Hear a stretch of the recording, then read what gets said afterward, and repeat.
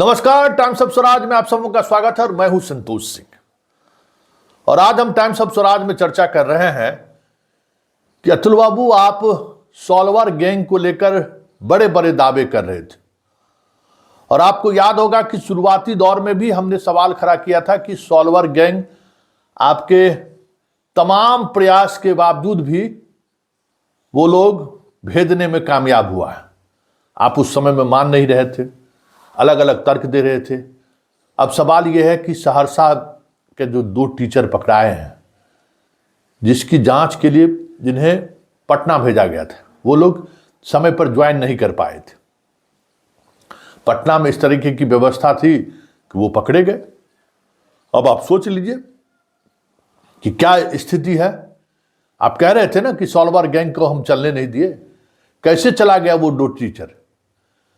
वो दोनों टीचर का जो फोटो है, थंबनेल है, जो चीज़ें आपने बनाई थी, आपकी जानकारी के लिए बहुत सारे सेंटर पर आपका इस रूल एंड रेगुलेशन का फॉलो भी नहीं हुआ है।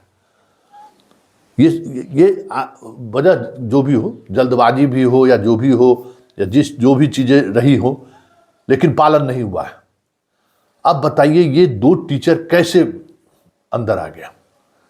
अब एफआईआर दर्ज करने की बात कर रहे हैं। अब उसमें कितना लेन देन होगा, क्या होगा, नहीं होगा, उस दोनों टीचर के पीछे कौन पड़ेगा, बहुत मुश्किल है। वो निकलेगा कि नहीं निकलेगा, बहुत सारी बातें हैं।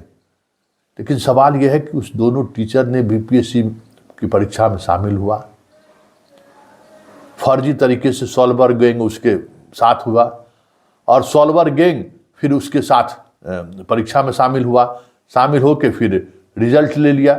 रिजल्ट के बाद वो जाकर ज्वाइन भी कर लिया। ज्वाइन करने के बाद वो दरमाहा भी ले लिया, मतलब वेतन भी उठा लिया। अब बताइए कैसे हुआ। आप तो कह रहे थे कि फुल प्रूफ व्यवस्था है, हम एक एक छात्र को पटना से ही मॉनिटरिंग करते हैं। फिर उस मॉनिटरिंग के बीच ये कैसे चीजें चली आई, कैसे ये संभव हो पाया। एक बड़ा असला ही नहीं, आपको हम जानकारी दे दें कि आपका जो काउंसलिंग सेंटर था, उन सेंटरों पर भी इस तरीके का चेकिंग अधिकांश जगहों पर नहीं हो रहा था। कई बार हम सवाल खड़े किए कि भाई जो जांच का प्रोसेस है, उस प्रोसेस में वही स्टूडेंट आपका परीक्षा में बैठा है, जो स्टूडेंट काउंसलिंग में शामिल हो रहा है, इसको लेकर जो मापदंड अपनाना चाहिए था, वो मापदंड किसी काउंसलिंग सेंटर पर मौजूद नहीं था। उसका लाभ उन्होंने उठाया है। कई जगह से हमें ये खबर आई कि जो परीक्षा में बैठा हुआ था काउंसलिंग सेंटर पर भी वही आ गया और बाहर कोई और हो गया। लोकल स्तर पर सेटिंग गेटिंग उन्होंने कर लिया है। तो ये सारी बातें लगातार हम खबरों के माध्यम से आप तक पहुंचा रहे थे, लेकिन आप इन तमाम दलीलों को खारिज ही नहीं कर रहे थे, मजाक उड़ा रहे थे कि संभव ही नहीं है। तो अब तो उदाहरण आपके सामने है, कैसे संभव हुआ, इसकी जांच कराइए। उस दोनों जो पकड़े गए हैं उस पर एफआईआर दर्ज कीजिए और गहन जांच होनी चाहिए कि कौन है ये सॉल्वर गैंग जो इस तरीके से लड़कों को पास कराया है परीक्षा में शामिल होकर।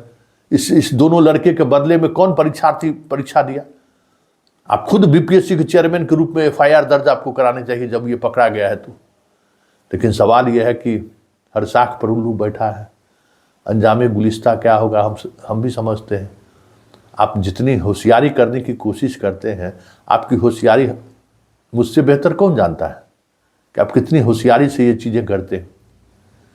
आप अपने आप के दामन पर दाग लगने नहीं देंगे, लेकिन दामन कितना दागदार है ये मुझसे बेहतर कौन समझ सकता है। तो ये सारी चीज़ें जो सामने आई हैं, इसमें आपका क्या इन्वॉल्वमेंट है, ये अलग सवाल है। सवाल ये है कि ऐसे लोग शामिल कैसे हुए, कैसे सॉल्वर गैंग सेंटर तक पहुंचा और फिर इस तरीके का गैंग कामयाब कैसे हो गया। ये एक बड़ा विषय है और ये जांच, बड़े स्तर पर जांच की जरूरत है, क्योंकि तमाम आपके दावे पर सवाल खड़े कर दिए इन शिक्षकों ने। जो अभी तो संख्या 2 है, ठीक से जांच हो जाए तो कहा जा रहा है कि 10,000 से अधिक शिक्षक ऐसे हैं जिनके जगह पर कोई और परीक्षार्थी परीक्षा देकर शामिल हुआ। एक एक गांव में ये भी खबर है कि एक एक गांव में एक ही परिवार के 4-4 लोग कंपीट किए हैं। कैसे हो सकता है। और पूरा गांव हतप्रभ है कि वो पढ़ाई में वैसा है ही नहीं, हमने आपको खबर भी दिखाई थी, लेकिन उस समय आपने हल्के में लिया। तब जरा जवाब दीजिए कि ये कैसे संभव हुआ।